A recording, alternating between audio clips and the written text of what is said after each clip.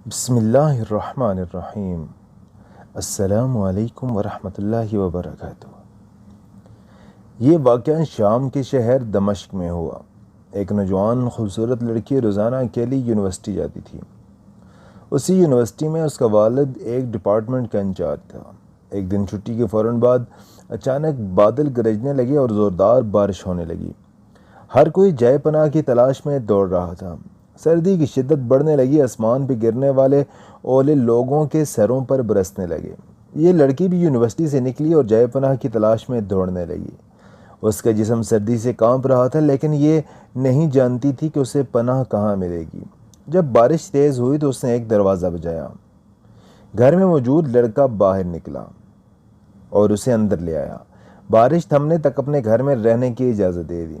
दोनों का आपस में तारुफ हुआ तो मालूम हुआ कि लड़का भी उसी यूनिवर्सिटी में पढ़ता है जहां वो खुद ज़ेर तालीम है और इस शहर में अकेला रहता है।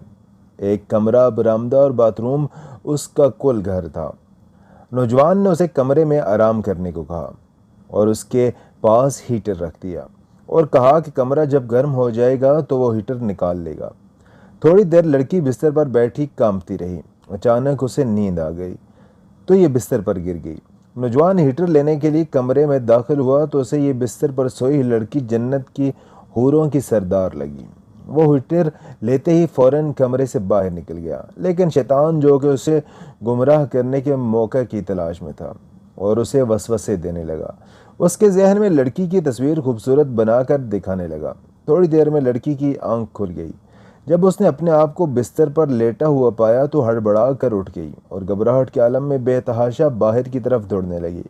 उसने बरामदे में उसी नौजवान को बेहोश पाया। वो इंतहाई घबराहट के आलम में घर की तरफ दौड़ने लगी और पीछे मोड़ कर भी न देखा, यहाँ तक कि अपने घर पहुंचकर बाप की गोद में सर रख दिया, जो कि पूरी रात उसे शहर के हर कोने में तलाश करता रहा।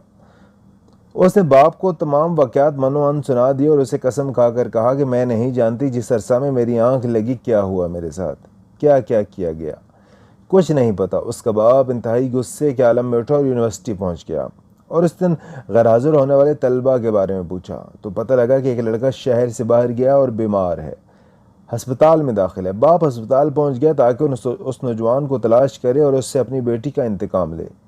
हस्पताल में उसकी तलाश के बाद जब उस कमरे में पहुंचा तो उसे इस हालत में पाया कि उसकी दोनों हाथों की उंगलियां पट्टियों से बंधी हुई थी। उसने डॉक्टर से उस मरीज़ के बारे में पूछा तो डॉक्टर ने बताया जब ये हमारे पास लाया गया तो उसके दोनों हाथ जले हुए थे। बाप ने नौजवान से कहा कि तुम्हें अल्लाह की कसम है, मुझे बताओ तुम्हें क्या हुआ है। बाप ने अपना तारुफ नहीं करवाया। वो बोला एक लड़की कल रात बारिश से बचती हुई मेरे पास पनाह लेने के लिए आई थी।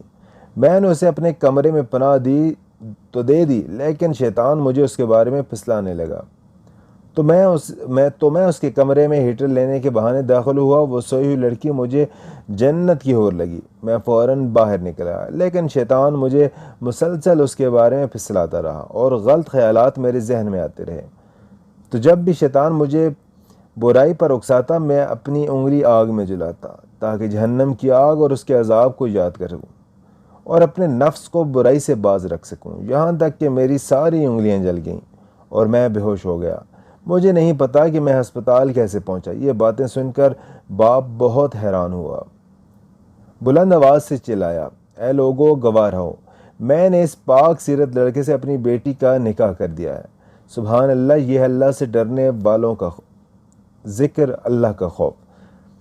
अल्लाह का खौफ ना होता तो इस लड़की की इज़्ज़त महफूज न रह सकती। जो भी लड़का या लड़की नाजायज़ ताल्लुकात कायम करते हैं या गैर शरई दोस्तियाँ या मोहब्बतें करते हैं तो अपने इस बुरे फ़ेल को छुपाने की हत्तल इम्कान कोशिश करते हैं।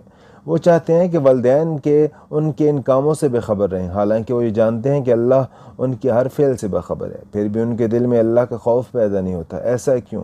क्योंकि वालिदैन ने बचपन से ही उनके दिलो दिमाग में अल्लाह के खौफ के बजाय अपना ज़ाती खौफ, रौब, दबदबा, सज़ा का डर ही बिठाया है। इसीलिए आज वो अल्लाह से बेपरवाह होकर वालिदैन से चुप कर गुनाहों का इर्तिकाब करते हैं। और ऐसे भी वालिदैन हैं जिन्होंने अपनी औलाद की तरबियत खौफ खुदा पर की तो उनकी औलाद ने भी हमेशा बुराइयों से अपने आप को बाज रखा। मौजूद सामीन, आज की हमारी स्टोरी आपको कैसी लगी कमेंट सेक्शन में अपनी राय ज़रूर दीजिएगा।